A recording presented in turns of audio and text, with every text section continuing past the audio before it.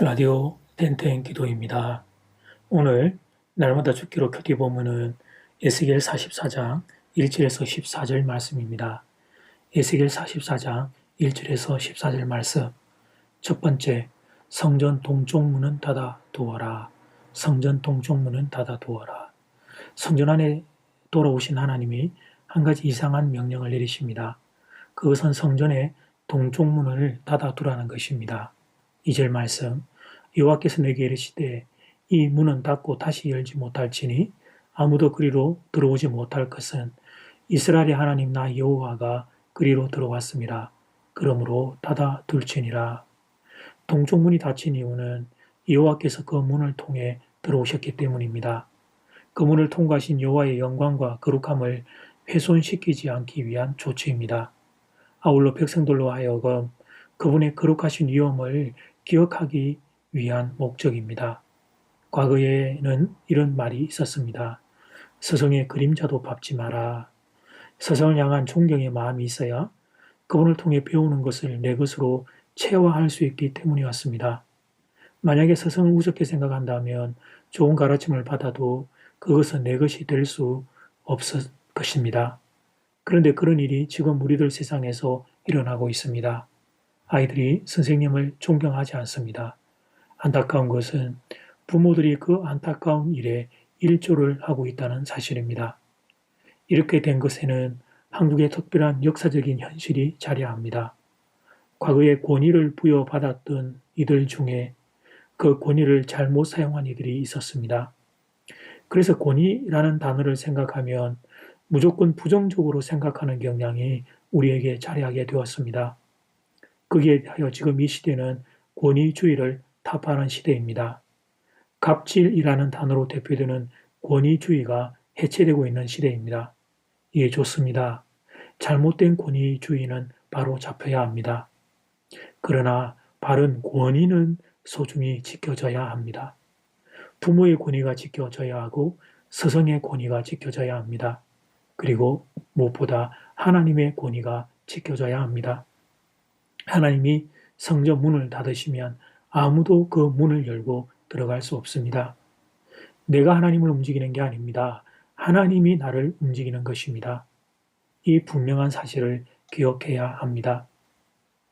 내가 하고 싶은데 왜 안 된다는 말인가? 이 생각은 인본주의 철학입니다. 그러나 내가 하고 싶어도 안 되는 것이 있는 법입니다. 우리는 한계를 가진 피조물이기 때문입니다. 하나님이 허락하셔야 가능한 것입니다. 이것이 신본주의입니다.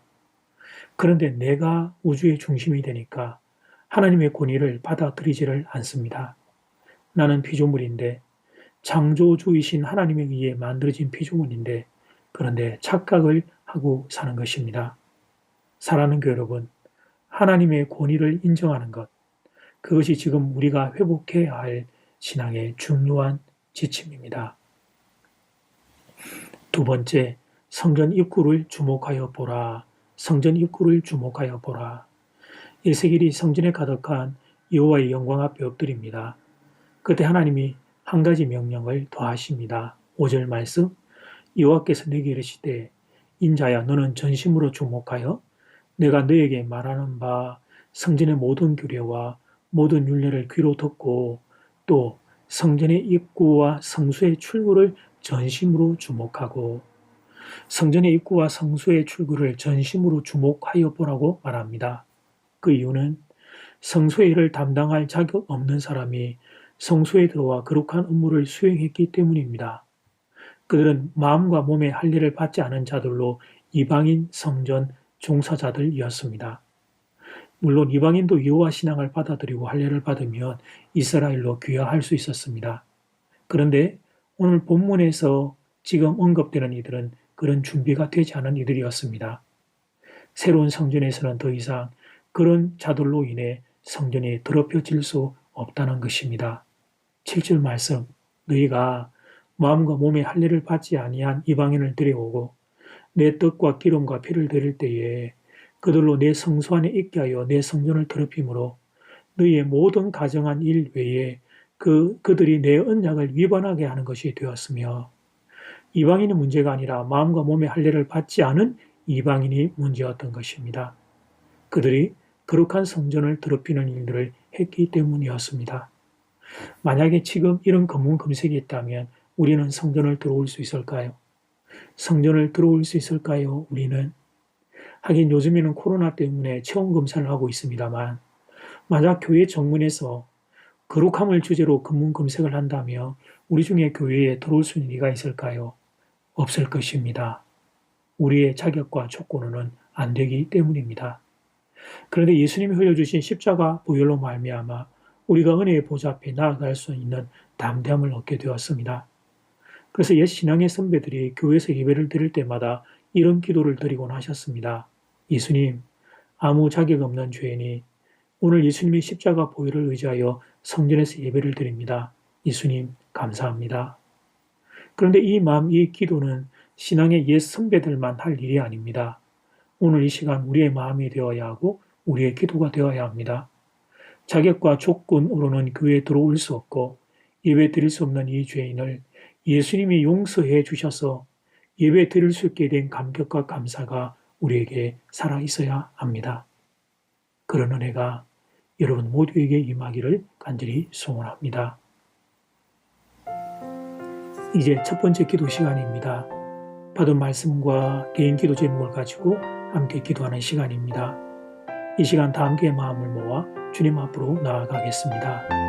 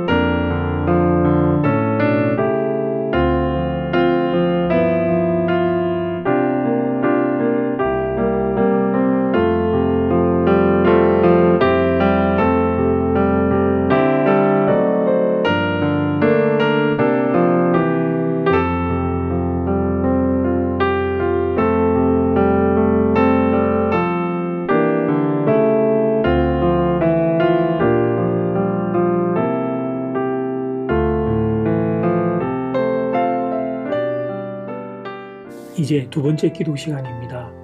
작은 1번, 하나님이 성적 동쪽문을 닫으십니다. 하나님이 닫으시면 누구도 들어갈 수 없습니다. 하나님의 주권을 깨닫게 하는 본문입니다. 작은 2번, 성전 입구를 주목하여 보라고 합니다. 마음과 몸의 할례를 받지 않은 이방인은 성전에 들어올 수 없다고 말씀하십니다. 그런데 내가 주님 사실은 바로 그런 자입니다. 그런데 이 죄인을 십자가 보혈로 씻겨 씻어주셔서 성전에 들어오게 하시니 정말 감사합니다. 그 은혜 잊지 않겠습니다. 그리고 내일 주일 예배에도 그 십자가 보혈을 우리 가운데 허락하여 주시옵소서. 그렇게 이 시간 다 함께 마음을 모아 기도드리겠습니다.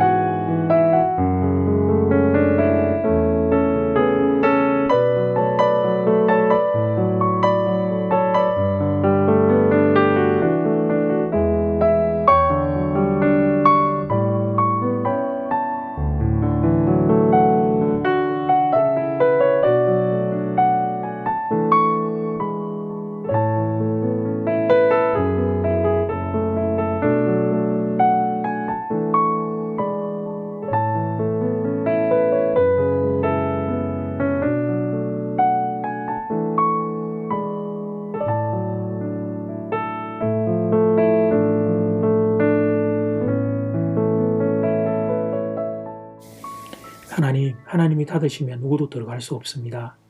하나님이 열어주지 않으시면 누구도 들어갈 수 없습니다. 내가 하나님을 움직이는 것이 아니라 하나님이 나를 움직인다는 사실, 하나님의 주권을 다시 고백합니다. 성전 입구를 들어가는 이들, 마음과 몸의 할례를 받지 않은 이방인은 들어갈 수 없다는 사실 앞에 제가 바로 그런 자인데 예수님의 십자가 보혈로 말미암아 성전에 들어와 예배드리며 예배를 섬길 수 있는 영광을 입은 이 사실, 이 감격 앞에 무릎을 꿇습니다. 예수님 감사합니다. 예수님 사랑합니다. 그리고 내일 줄 예배 우리 모두에게 그 십자가 보혈을 허락하여 주셔서 우리가 드리는 예배가 주님 만나는 시간 되기를 간절히 소원합니다. 예수님 이름으로 기도드립니다. 아멘. 이제는 각자 개인적으로 기도하시면 되겠습니다. 평안한 밤 되십시오.